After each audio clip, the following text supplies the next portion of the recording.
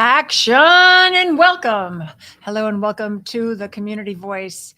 I am Fara Sachs. This is an interesting show because I have my mom here today, and I have a very soft spot for my mom. And I hope I don't cry, but I have a couple of Kleenex.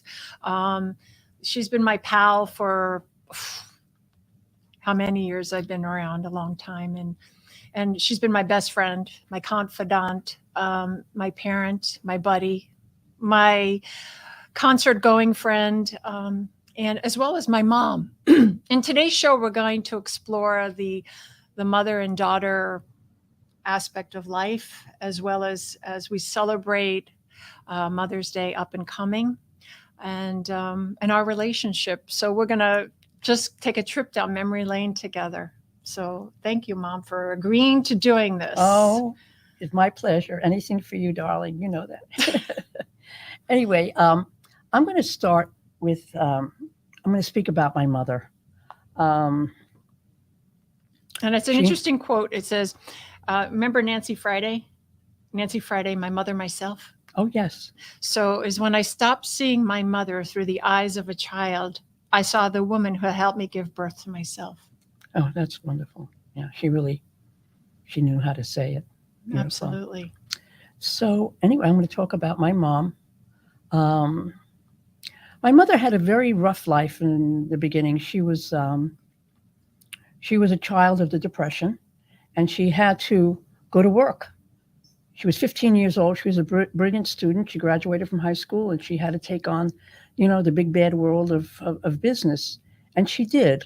And it must have been. I thought about that, and it must have been so hard for her because she didn't have a child. She didn't have a teenager. Like I was a carefree teenager, making my mother crazy. But And you're one, and you have two sisters. I have two sisters, yes, and she didn't have that, and so she was about 19 when she met my father at a dance, and they fell in love, and they got married, and How much after? I think a year or year and a half, So they courted a little bit, and he took her out of the Lower East Side where she lived in New York. in New York, Mhm. exactly, and they moved to Brighton Beach in Brooklyn, and she was happy as a lark. She had her she had a beautiful apartment, and then the kids came, and it was all the way it was supposed to be in those days. um, and so that was the role of a woman, was to be a mother and a wife, and that's what I saw as I was growing up. There was definitely a separation between men and women and their role. um, I remember looking out at the apartment we had. It was like, you could look into other people's apartments right over a balcony. And I saw this man. He had a dish towel on his shoulder and he was washing dishes. And my father said, "Come over here." And he showed me the man, and he made shames like that. So So the clear, role of so it was pretty clear what the yeah, roles what were you're for supposed to men do. And women women, and men. you're supposed to be, a lovely little housewife, and your husband doesn't have to lift a finger. All he has to do is go out there and make money. And so, So this is what you saw growing up. that's what I saw growing up. And then, so the roles were pretty much defined.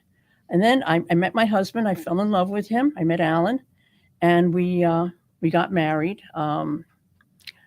I was taught, this is what I learned. You get an education, but you also have to take care of your family and your children, and that was it. So I did that. I took care of my beautiful daughter. I took care of her father, and I really didn't think there was anything left for me. You were really young though when you married Dad. I was born when you were 19 years old. Yeah, before my 20th birthday. So it must have been odd to be a child having a child. It was very, very What were difficult. some of those difficulties? Well, baby screaming at night, Sorry. and you have to get up and take care of this little child. And it was hard, but I love being a mother, but there was something that was really missing, and it was not enough for me. I wanted to have a career. And so my ex-brother-in-law was working for a very prestigious publishing company, and he got me an interview, and I got the job, and I I got to work. I was very independent. It was wonderful. And But you were home when you, I didn't leave. I was a milk and cookie mommy because I didn't want to leave you, and I could do the job all those years ago from the house and go figure out that now this is what we're doing. A lot of people work out of their homes. So anyway, I guess I was a pioneer. Anyway, you always were. so anyway, we that's what we did. And when you got older and you went off to high school, then I used to work in the city. Yeah, and then flash forward, we moved down to Florida, and Right. you came. I remember you were kicking and screaming, and you were looking for me to be your ally, and you would say to Dad, well, maybe she doesn't want to go, and then you said to me, do you really want to go? You have such a great time. You're going to the High School of Performing Arts. You're going to be an actress. This is a great career. You love New York, don't you? Right. And then my dad at that time he put his resume into either in California, Arizona, or Florida, and wherever he got a job is where we were going. And so we came down to Florida in 1979. I think, yeah, 79, or 80. and to begin again, all over again. Yeah. And what was that like for you? Well, again, I left a wonderful career in New York. I left all my museums and everything that I loved doing there. And I wasn't really happy. But I found a little newspaper in town, and I started to work with them for, 8 years, 10 years. And then I met Grant Miller, and God help me. It's so funny. Yesterday, Michael I was with a client, and Michael was telling the story how he wooed you in with a salad. He did. He took you to lunch. He took me to lunch, and I didn't want to leave the other company because they. Is that Michael Miller? Yeah. Grow up, Michael. So yeah.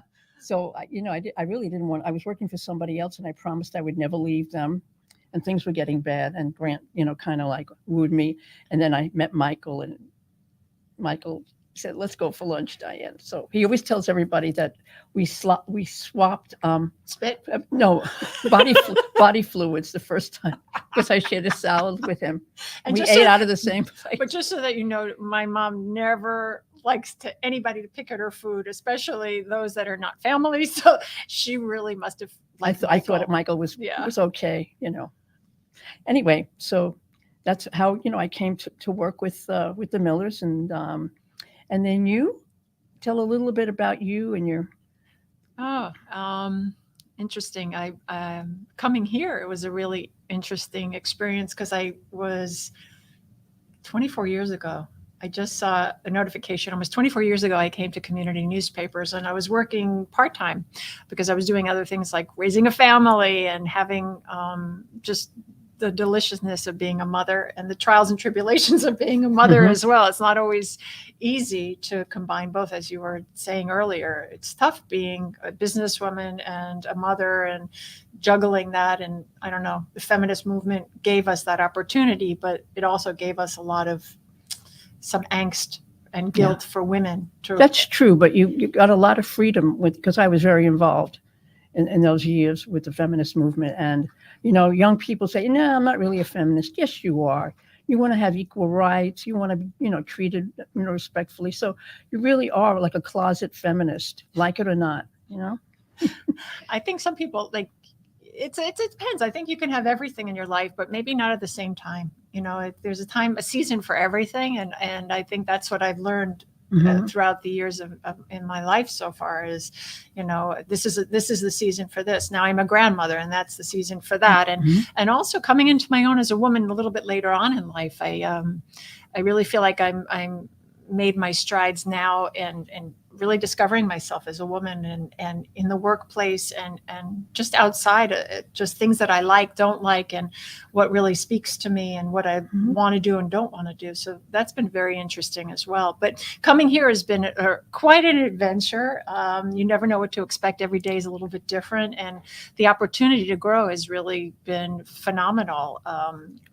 working in marketing and advertising and meeting the community and all that community newspaper does do.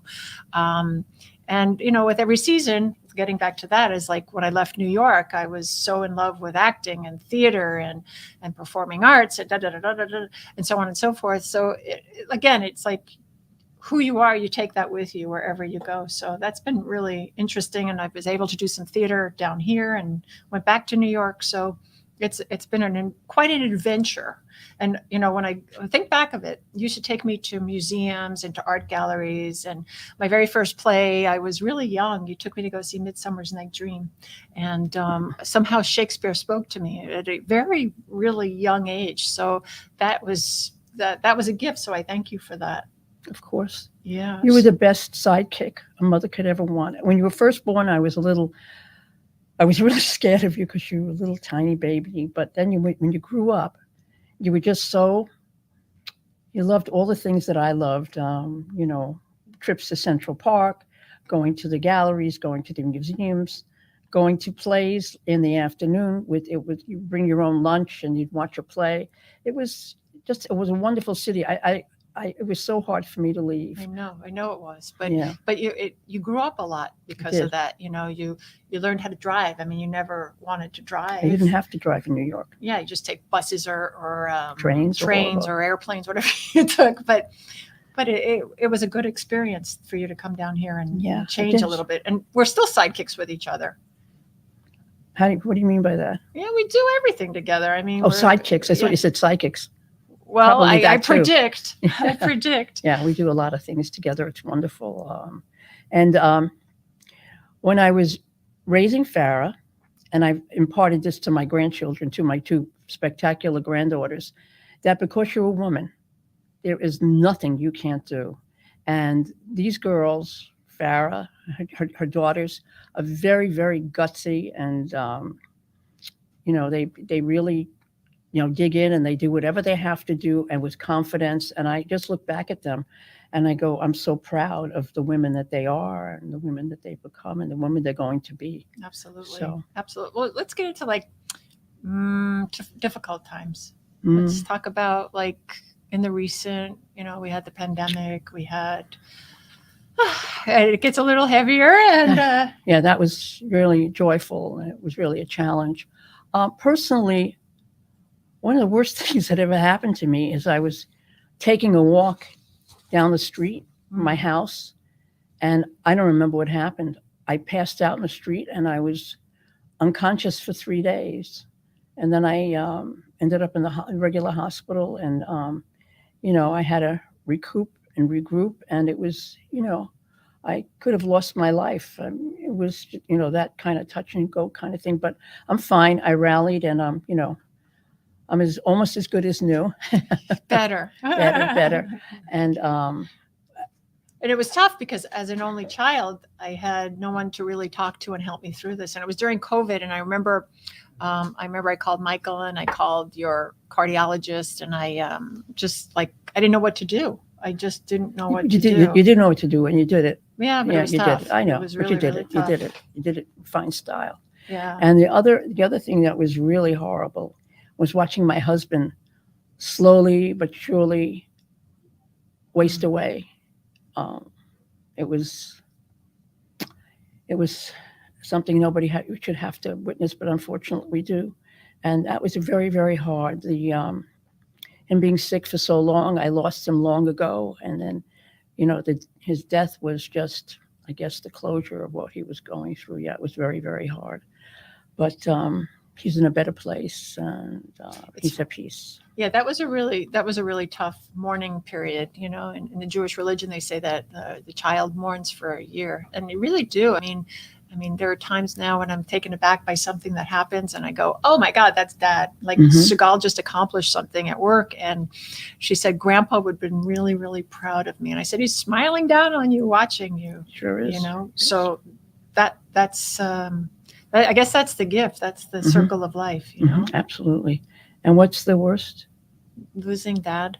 Yeah. That was really tough. Losing that. And it's a finality, and it's like, I think it's almost incomplete. I think it's like you never there's that never like quite a package that you just like tie up with ribbons and bows and you go, oh, this was, I think there's always like this loose end going on. And I think what has to do with that is that I know when I think of my mother, I feel bad. Sometimes I just want to go back and maybe talk to her for about an hour and then leave. It would be fine. But we don't have those opportunities. And I think that's what part of the pain of losing a loved one is about. That's just my take on it. And then also with the grief, I think you can form these relationships with the one that passed, and you can continue that relationship, making it what you want it to be. It's like so strange that you can it sits in a place that's different, but it works just as well. And absolutely. Sure. Okay. The happiest time for Fara? The happiest time. There's been many. I guess giving birth to the 2 girls, having my grandkids, having you. It's the biggest gift because, some people are not afforded this at this age. No. I love you. I love you. I don't want crying on crying on camera. No crying in baseball. No. And what about for you? What was the happiest time? Okay.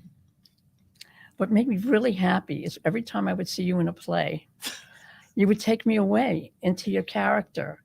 And it was absolutely phenomenal. I was so proud of you. And you were like a little chameleon, how you could change. That made me very happy. And when you were born, my grandchildren, when I married Daddy, those were all happy times. Absolutely. And what about the future? What do you see as the future? It's for me to know and you to find out. I don't know. I don't know what the future is. The future is hopefully just good health. Amen. And staying connected to your family. Absolutely. In good health, and for them as well to be safe. The gift and the legacy of our relationship. That by being your mother, had I not had you, I would have been nowhere. But you made me a better person. You did. You made me a better person. That I could love somebody the way I love you, and think about your well-being. It's a gift. I mean, I sometimes wonder why God gave me to you. Why I had you. I should have had like a real obnoxious child. Probably would have, because I know I made my mother crazy, and to get back, but no, I got the gift, honey. And my gift is you, and that we're still here to enjoy each other, and that may we have many, many Mother's Days together, and just in peace and in love. Absolutely. That's all. Really, that's all there is, sweetheart. That's all there is. Many, many more years till we're 120, as they say. Yeah, that's what we say. Anything else? I don't know. How much time do we have? We're at minute 18. What do you say? A minute and 18. Let's play. 18. You know what? Do you have that song queued up, Michael? That's how we're going to leave it. We're going to leave with the song, if you can cue it up. Oh, no. Okay. Oh, bummer. No. Okay, then it's oh no. It's oh no. wait a minute. He's teasing you. I'm trying. Well, I just want to thank you all for watching, and Mom, thank you for agreeing to come on, and may we celebrate only good things, and happy Mother's Day to all. Absolutely. So with that, we won't get to the song probably, but all the best. No, wait. You know nothing. From women. Until next time, thank you for watching.